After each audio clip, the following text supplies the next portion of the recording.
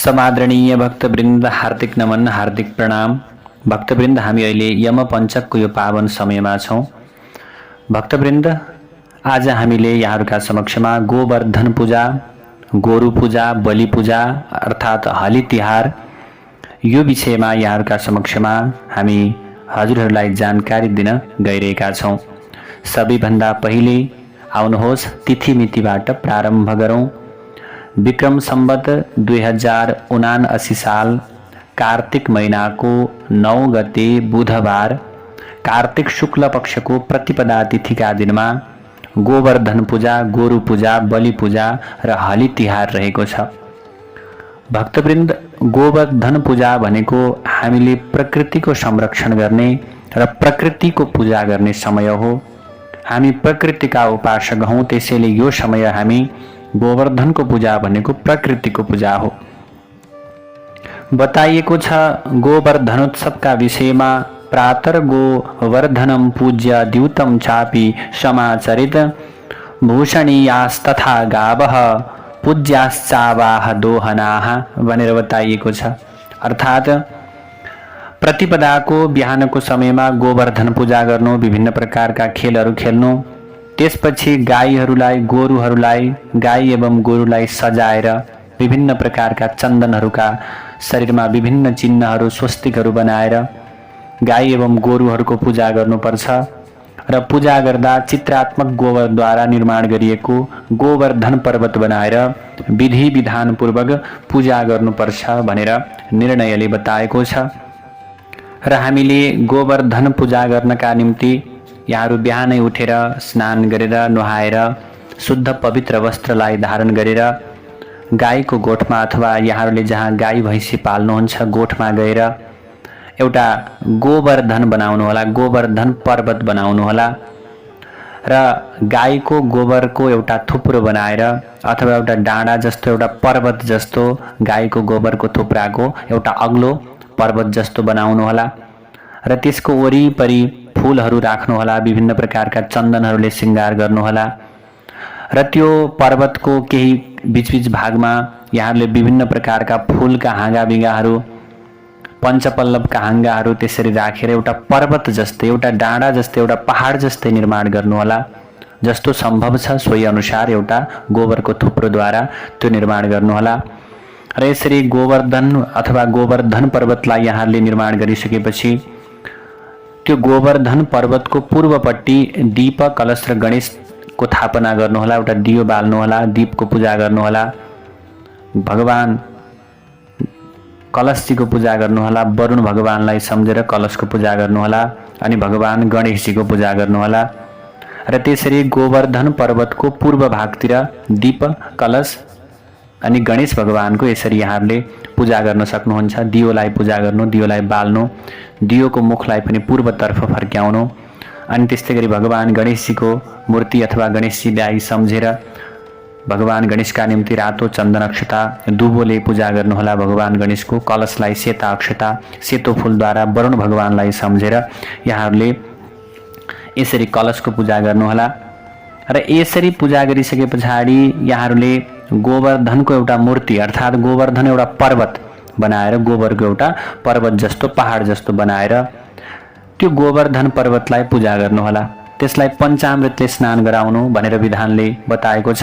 यहाँहरूले दूध, दही, घिउ, मह, चिनीद्वारा त्यो पर्वतलाई नुहाइदिनुहोला र आवाहन गर्नुहोला, गोपाल गोवर्धनौ इहा गक्षेताम इह तिष्ठेताम सुप्रतिष्ठितौ वरदौ भवेताम भनेर यसरी गोवर्धन पर्वत, हे गोवर्धन पर्वत हजुर यहाँ आउनुहोस्, यहाँ बस्नुहोस् भनेर यसरी हजुरहरूले प्रार्थना गर्दै आवाहन गर्नुहोला र यसरी यहाँहरूले अब ध्यान गर्न सक्नुहुन्छ हातमा फूल लिएर।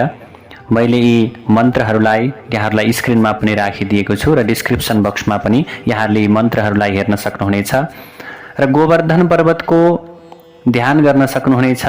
बलिराज्ञो द्वारपालो भवो नघ जगतपते निज वाक्यार्थ सिद्धाय सगो वर्धन गोपते।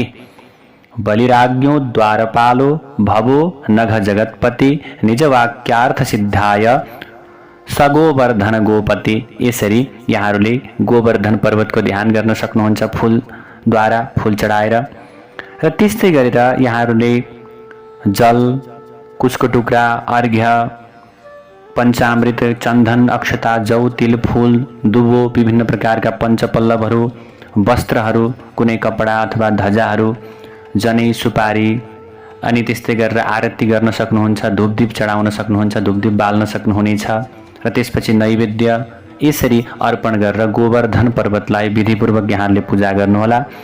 र त्यही गोवर्धन पर्वतमा यहाँहरूले बलरामजी, नन्दबाबा, यशोदा, विभिन्न प्रकारका गोपीहरू, गोपालहरूलाई र गोपिनीहरूलाई, गोपालहरूलाई सम्झेर र गोकुलमा हुने समस्त प्रकारका भगवानहरूलाई सम्झेर यहाँहरूले विभिन्न प्रकारले पूजा गर्न सक्नुहुनेछ गोवर्धन पर्वतको। र यसरी गोवर्धन पर्वतको पूजा गरिसके पछाडि यहाँहरूले हातमा फूल लिएर ध्यान गर्नुहोला। गोपाल मूर्ते विश्वेशा सकृत्सङ्घ विभेदक गोवर्धन कृतक्षत्रं पूजां मे गृहतां प्रभो गोवर्धन धराधार गोकुलत्राणकारक विष्णुबाहु कृतच्छाया गवां कोटिप्रदो भव गोवर्धन धराधार गोकुलत्राणकारक विष्णुबाहु कृतच्छाया गवां कोटिप्रदो भव। यसरी हे गोवर्धन पर्वत, हे गोपाल, हे भगवान, हे कृष्णचन्द्र भगवान, हजुरका कृपाले हाम्रो गोठमा सधैँ गाईको वृद्धि होस्, पशुपक्षीहरूमा अथवा हामीले पाल्ने पशुहरूमा कुनै पनि प्रकारको रोग नलागोस्, कुनै पनि प्रकारको भय नहोस् र हाम्रो सधैँ वृद्धि हुँदै जाओस्। गो भनेको गाई, वर्धन भनेको वृद्धि हुने, बढ्ने अथवा गाईको सुरक्षाका निम्ति यहाँले कृपा गर्नुहोला हे भगवान कृष्ण भनेर भगवान श्री कृष्णचन्द्र परमात्मालाई सम्झिँदै यहाँहरूले गोवर्धन पर्वतको पूजा गर्नुहोला। यसरी र गोवर्धन पर्वतको पूजा गरिसके पछाडि यहाँहरूले नैवेद्यहरू भोग लगाउने र विधि विधानपूर्वक गोवर्धन पर्वतको पूजा गर्नुहोला। र यसरी गोवर्धन पर्वतको पूजा गरिसके पछाडि यहाँहरूले गाईको पूजा गर्नुहोला, गोरुको पूजा गर्नुहोला, भैँसीको पूजा गर्नुहोला। घरमा पालिएका जति पनि पशुहरू छन् तिनीहरूलाई चन्दन टीका लगाइदिनुहोला, फुलका मालाहरू बनाइदिनुहोला, त्यस्तै गरेर शरीर श्रृङ्गार गरिदिनुहोला, पिठोद्वारा, चन्दनद्वारा श्रृङ्गार गरेर गाईको पनि पूजा गर्नुहोला, गोरुको पनि पूजा गर्नुहोला। र धर्मशास्त्रले गाईलाई पृथ्वीको स्वरूप र गोरुलाई धर्मको स्वरूप बताएको छ। त्यसैले गोरु धर्मको स्वरूप हुनुहुन्छ, त्यसैले गोरुको पूजा गर्नुहोला धर्मलाई सम्झिँदै।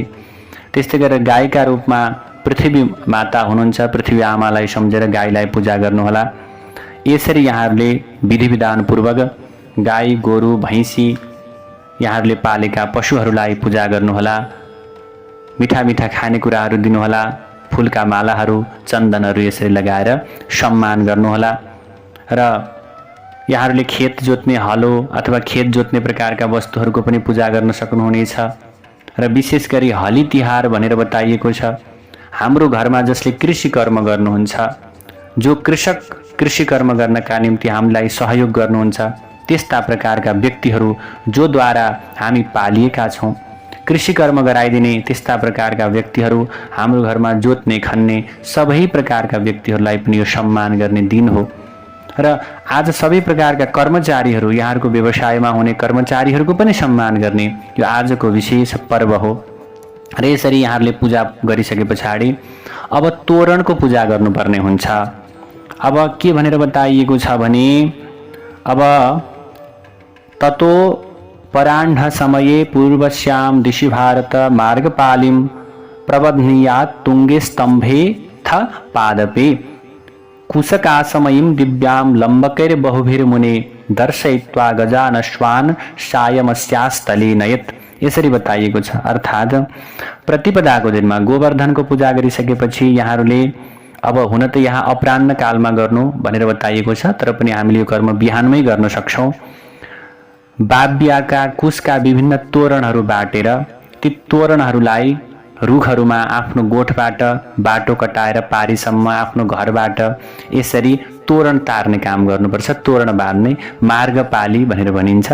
तोरण गर्ने अनेक प्रकारका लामा डोराहरूबाट तयार गरिएका रङ्गी बिरङ्गी कुश काँच पत्रावली आदिका कारण दिव्य देखिने तोरण मार्गपाली बाँध्नुपर्छ भनेर बताइएको छ।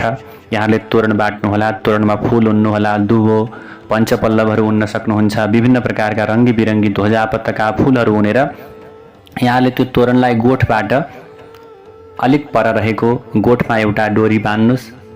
तोरणको एक छेउलाई र अर्को छेउलाई यहाँले रुखमा लगेर बाँध्न सक्नुहुन्छ। यसरी तोरण तार्ने र त्यो तोरणका प्रभावले के हुन्छ त भने घरमा अथवा हामीले जो गोठमा पाल्ने गरेका जति पनि प्रकारका पशुहरू छन् तिनीहरूलाई रक्षा गर्नका निम्ति पनि म यो तोरण बाँध्दैछु भनेर यहाँले तोरण बाँध्नुहोला, मार्गपाली बाँध्नुहोला। घरका ढोकाहरूमा पनि यहाँहरूले फुलका मालाहरू बनाएर ढोकामा टाङ्न सक्नुहुन्छ, झ्यालहरूमा टाङ्न सक्नुहुन्छ। घरका गेटहरूमा पनि फुलका विभिन्न मालाहरूले सजावट गरेर यहाँहरूले मार्गपाली बाँध्न सक्नुहुन्छ, तोरण बाँध्न सक्नुहुन्छ। त्यस्तै गरी तोरण बनाएर यहाँहरूले ठेकीहरूमा दही मथ्ने मही पार्ने ठेकीहरूमा तामाका गाग्रीहरूमा पनि ती प्रकारका तोरणहरू बाँध्न सक्नुहुन्छ। यसरी तोरण बाँध्ने काम पनि गर्नुहोला।